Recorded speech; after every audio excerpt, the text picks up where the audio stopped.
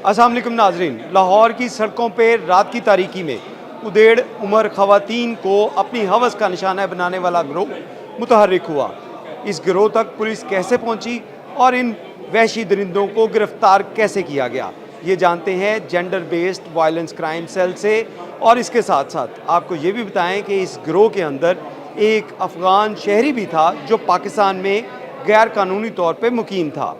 इसके साथ साथ कहानी के एंड में आपको बताएंगे कि इन मुल्ज़िमान का अंजाम क्या हुआ, सीसीडी ने इनके साथ क्या किया। आइए पहले जानते हैं कि इनकी गिरफ्तारी किस तरह अमल में लाई गई। 70 साल की खातून है। ये जिस दिन इसके साथ ये वारदात होती है सेम डे ही एफआईआर हो जाती है। जैसे एफआईआर होती है सारी टीमें पुलिस की मुतहर्रिक हो जाती हैं और वो जो जाए वकूआ का जब दौरा करते हैं वहाँ पे हमें एविडेंस मिलते हैं। वहाँ से पीएफएस टीम जो सी है एविडेंस कलेक्ट करती है। खातून के मुताबिक ये था कि वो अपनी बेटी से मिलने गई थी। बेटी से मिल के वो तकरीबन रात के 9 से 10 बजे वापस आई है। रिक्शे से जब उतरी है तो एक सिक्योरिटी गार्ड की वर्दी पहनी हुई थी एक शख्स ने, तकरीबन वो 50 साल शख्स था। उसने उसको वहाँ से उतारा है और उसको कहा कि जी आ जाएँ, हमारे साहब की जो सी बच्ची वो कहीं गुम हो गई है तो हमने पूछताछ करनी है।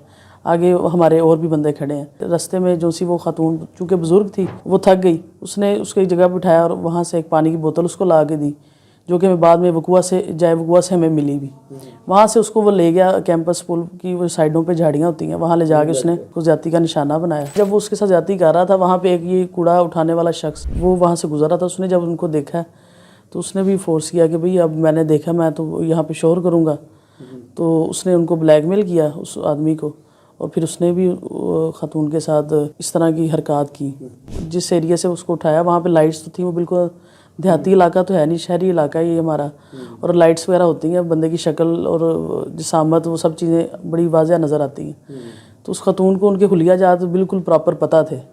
फिर पुलिस ने जब हमारे पास जब इन्वेस्टिगेशन में शुरू की हमें, फिर हमने उस पर वर्क किया। शख्स ने बताया, रैंडम शख्स ने, कि जी एक फ़लाँ बंदा सिक्योरिटी, उसके ऊपर इस तरह की एफआईआर फ़लाँ ईयर में हुई थी, पिछले साल हुई थी, तो आप उसको चेक कर लें, हो सके वो ना हो। ये हमने सारे वो देखे कि किस किस के पास रजिस्टर्ड कहाँ कहाँ सिक्योरिटी गार्ड हैं, किस तरह उनका हमने डाटा कलेक्ट किया। फिर वहाँ से ये बंदा है। फिर जब इसका हमने आईडी कार्ड चेक किया अपने सीआरओ पे तो पता चला इसके ऊपर ऑलरेडी इसी तरह के जो विक्टिम ने नरेट किया था वकूआ वो बिल्कुल सेम था जिस तरह की उस बंदे पे पहले 2 एफआईआर थी। जो तरीका वारदात था वो सेम था। वो इसी तरह उमर सीधा खातून 50+ उनको रोकता था। उन इसी तरह कहता था कि मैं कोई तलाशी लेने लगा हूँ, मुझे किसी ने डिप्यूट किया है, पहले भी उस पर एफआईआर हुई है।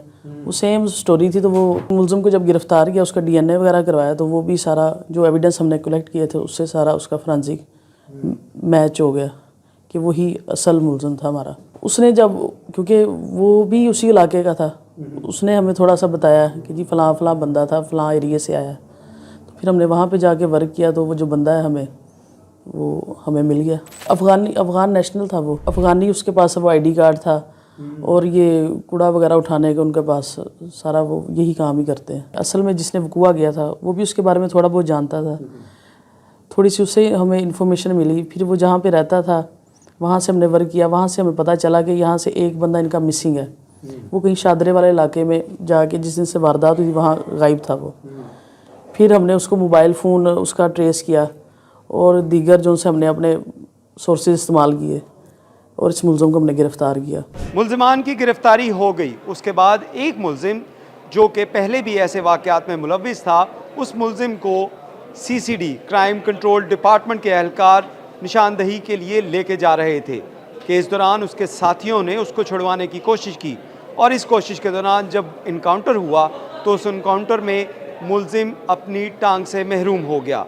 अब इस मुल्ज़िम को अदालत में चालान इसका मुकम्मल करके पेश किया गया है, जिसमें उम्मीद यही की जा रही है कि ये दोनों मुल्ज़िमान, जिसमें अफ़गान शहरी भी शामिल है, इनको उम्र कैद तक की सज़ा हो सकती है और इसी तरह इंसाफ के तकाज़े पूरे किए जा रहे हैं। बहुत शुक्रिया।